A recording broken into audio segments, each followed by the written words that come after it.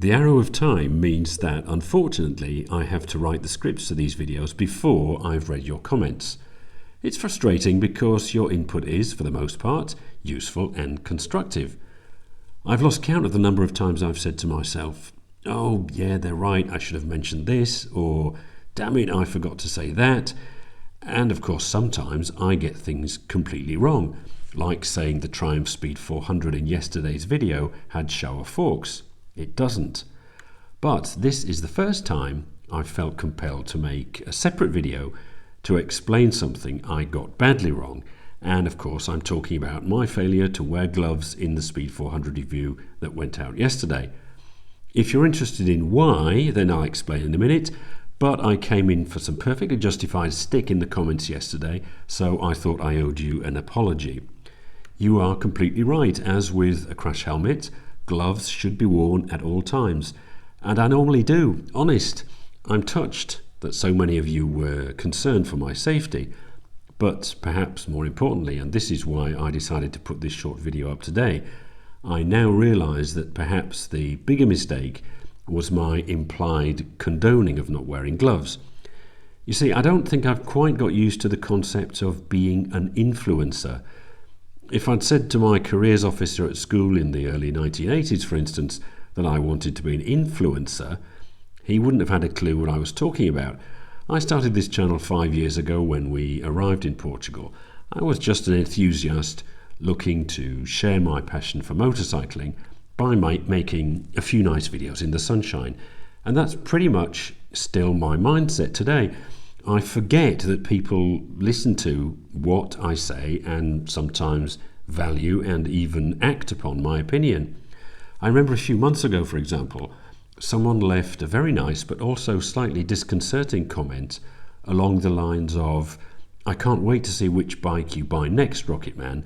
I have the cash available right now for a new bike and I'll buy whichever one you get." Wow, by all means take on board what I have to say, but it's just an opinion among many others. Please get the right bike for you. But anyway, yes, I do need to remember that, for better or worse, I'm now in the public eye. What I say and do can carry influence, so I apologise for not wearing gloves in this video. It's the first video in 5 years, the first time in 5 years that I've not worn them, but it was wrong of me. They're an important piece of safety gear required by law in France, where I got my bike licence, so really I have no excuse, do I? And I should have known better. Now, if you want to know why I didn't on this particular occasion wear my gloves, here's the explanation. My son bought me a very nice GoPro for Christmas, and for the past 6 weeks I've been trying to work out how to use it properly. When I got home from testing the Speed 400 the first time, I saw that half the clips I thought were on the memory card hadn't recorded, and those that had, like this one, were at a terrible angle. You can only see a few meters in front of me. There's no horizon, which makes it nauseating to watch. There's a great chunk of helmet on the left. The footage was basically unusable. Plus, as I said yesterday, I did also want a second test ride.